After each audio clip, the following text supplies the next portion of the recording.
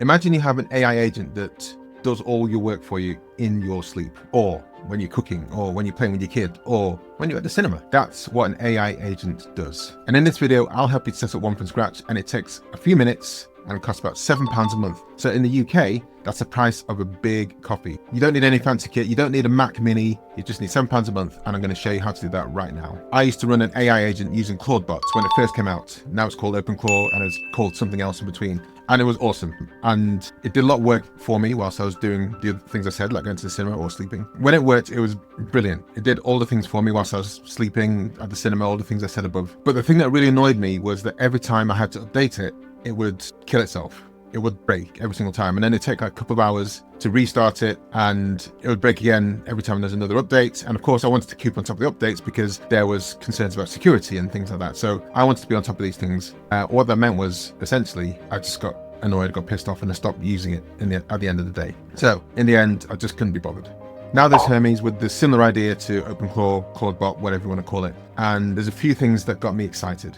So it's from a couple of new research companies. There's a few people, not just one initial person who came together to make OpenClaw, ClaudeBot. There's a few things that got me excited here. One of them, and the main one, is that the updates are solid. So they don't do updates every 5 minutes, which makes it fall over. They do updates regular in a considered way that doesn't mess up your whole system every single time. This is what I found anyway. I'm going to find out by using this. This is a huge step for me because an agent that keeps on falling over is absolutely useless. Number two, it teaches itself and it gets better with time. So as you give it more instructions, it learns how to do things better and then just iterates and iterates and iterates. So it just improves and learns with time. That's a really exciting prospect that we're both learning together, me and the agent working together. And the third thing, which is very important and should not be glossed over in any way, is that ClaudeBot had, at least when it opened and launched in the first place a few months ago, real concerns about safety and security. So Cisco actually called it a security nightmare.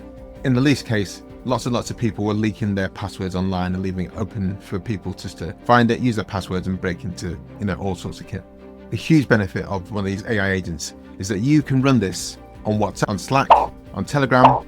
I'm going to show you how to do it on WhatsApp because honestly, that's where I spend 99% of my time when I'm looking at my phone, on WhatsApp chats with my friends and family. So it's nice to have then my agent who's going to just be popping in there with updates and what's been happening whilst there as well. If I have to think about going to Telegram, I do have Telegram, but I use it. I go in there like once every couple of weeks. I completely forget to use it. Slack, I tend to use Slack on my computer. So for me, Telegram's the way forward, but you can add multiple messaging tools. But I'm going to start off setting this up in Telegram here, and I'm going to set it up not on a Mac Mini, which is one of the things that scares a lot of people. You don't need to spend £700, £800 on this awesome little piece of kit. They are great, but it's a bit of an outlay when you don't know where you're going to go with it. So I'm going to teach you how to use it with the VPS system, which costs £7 a month. So all the VPS system is your own personal computer that you hire out that never switches off, and it's hosted somewhere in a data center far, far away, or quite close by. It's always on, so your agent works around the clock and it doesn't close down when you close down the laptop, and that's super important. So I have installed ClaudeBot before, as I said, but I've not installed Hermes before. Hopefully it works. If it doesn't work, you'll see the mistakes I make, and hopefully you'll avoid doing them as well. So go to the link, go to hostinger.com, and it'll take you to this page here. If you click the link in the notes below, you'll get a bit of a discount, and it also helps this channel as well and helps me make more videos such as this. So, hey, please help me out. So if you click the link below, and then it takes you to the screen. So if I come here now, I know I've got VPS here. This is what's known as the H panel in Hostinger. I go to the VPS here, and I've got my VPS details here already. So if I go to then manage, then Docker manager, catalog, then what I'll do here is type Hermes. I think, yes, Hermes agent. But if you don't have this already, if you go to VPS yourself, then click on get VPS, KVM VPS here, click a place that's close to you. It's told me United Kingdom, so I'm going to United Kingdom, of course. And then choose what to install, and then you get to type in Hermes here as well, and then you pick in Hermes agent. So essentially then you get to the same point that I'm going to get to as well. So let me go back to my VPS here, go to Docker Manager, again, catalog, Hermes. I'm going to click on Hermes agent, and click on Hermes agent and add these user details here. So this is something you need to remember yourself. So you come here and then you need to give it an admin username and admin password. I'm going to blur out the screen or block the screen so you don't see what I'm doing here. Okay, I'm going to put a password in and then click on deploy. Come back when it's all ready to go. Okay, so now it's all up and running. I'm going to click on here on open, and it's open in here. So I'm going to use my username and password, which I created before, and sign in. Then I'm going to click on quick setup, provider and everything, model and messaging. So this section here is asking you what you want to use to drive the model, the brain behind your Hermes agent. So I am fully bought into Claude Code. I love it. I'm on the pro plan and max out nearly every week. And for that reason, also the fact that I want to separate things out a bit. And I do have an OpenAI instance, which I pay for, which I don't use that much anymore. I'm going to use Codex, currently 5.5, as we get this running. So I'm going to use that, see how that goes for the next few weeks or months. And if I want to change it over, then I can change it over at a later date. So I'm going to click down here. Going to click on OpenAI Codex, and this hopefully should open in a new window. By continuing, ChatGPT will share your name, email, and pound file with Codex to link your account. Cool. Okay, so first of all, I need to enable device code authorization for Codex in ChatGPT security settings, then run Codex login auth again. So before I proceed, so the reason I've chosen Codex, as I said, is because it's powered by my ChatGPT account and uses the plan's rate limit. So there's no extra credits. It's limited to what I'm paying at the $20 a month level, which is great. I've got this red scary symbol section at the bottom, enable device code authorization for Codex. So I guess I click on this. Yeah, enable device code authorization on Codex. Click that to go. And then do I refresh or do I start it again? I've started it again. So click on this. Boom. No red mark. I'm going to click continue. And this is the code here that they gave. You may now close the page. So back to Hermes agent. This is all good. Of course, I'm going to select the latest version. There's no way to always have the latest version. It's not clear. ChatGPT 5.5. Okay, so then this screen comes up here. Local, run directly on this machine. So this is a bit confusing in the wording. What it means here is the VPS, not my actual laptop. So I'm going to keep current, which is local, and press return. I'm going to set up messaging now because, hey, that's recommended. And that's what I really want to do. As I said, I want to use WhatsApp because that's where I'm at all the time. But look at all these different places you can have. Telegram, Slack. I probably will set up Slack at some point. Email, SMS, Discord. Beautiful. But let's go for WhatsApp because that's where I hang out all the time. And I'm sure it'll be easy to come back and add the other ones at a later date. Okay, how will I use WhatsApp with Hermes? Separate bot number? No, I'm going to use a personal number. My personal number. Okay, so it's doing all that. Installing WhatsApp bridge dependencies. This can take a few minutes. Should I move that to the side? Okay, so the WhatsApp bridge dependencies are set up and now I've got the QR code. So scan this with WhatsApp on my phone and hopefully it'll work. What I'm going to do is, okay, so now this has all installed and I'm going to cover the QR code slightly.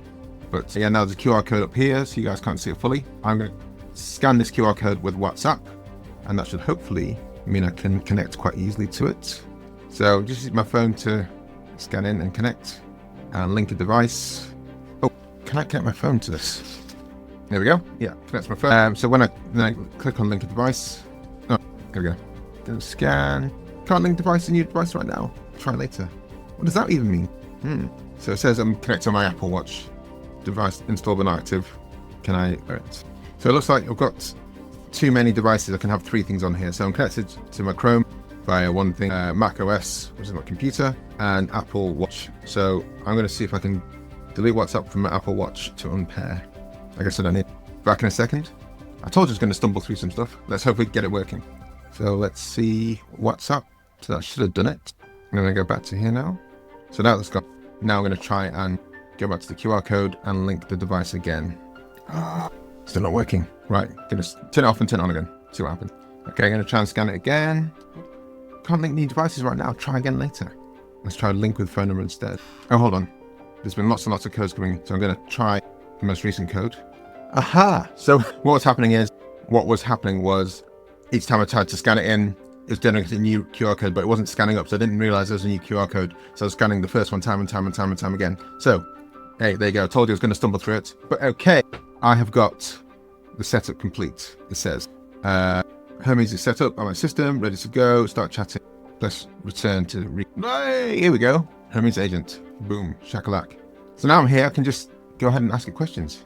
So this is a great start. Okay, so what I'm going to do now is ask it to start the gateway and connect to my Telegram. So hopefully I can start using Telegram. Can you start the gateway and connect to Telegram?